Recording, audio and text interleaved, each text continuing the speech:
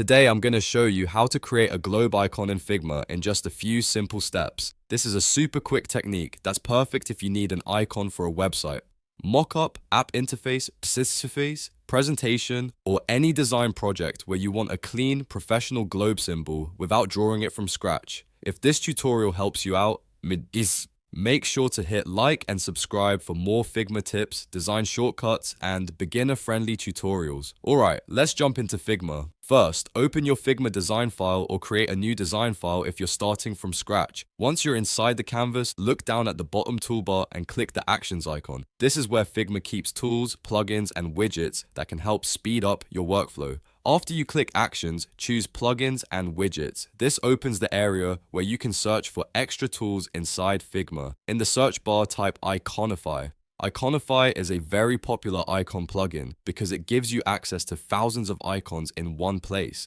which makes it incredibly useful for UI design. Once you see Iconify in the results, open it. After the plugin loads, use its search field and type globe. This will bring up a list of globe icons in different styles. You may see outlined versions, filled versions, minimal line icons, and more. Take a moment to scroll through the results and find the one that best fits your design style. When you found the globe icon you want, simply drag and drop it directly into your canvas. Figma will place it right into your design, and you can then resize, reposition, or recolor it as needed. If you want it to match the rest of your interface, you can change the fill color or adjust the size until it looks just right. And that's it.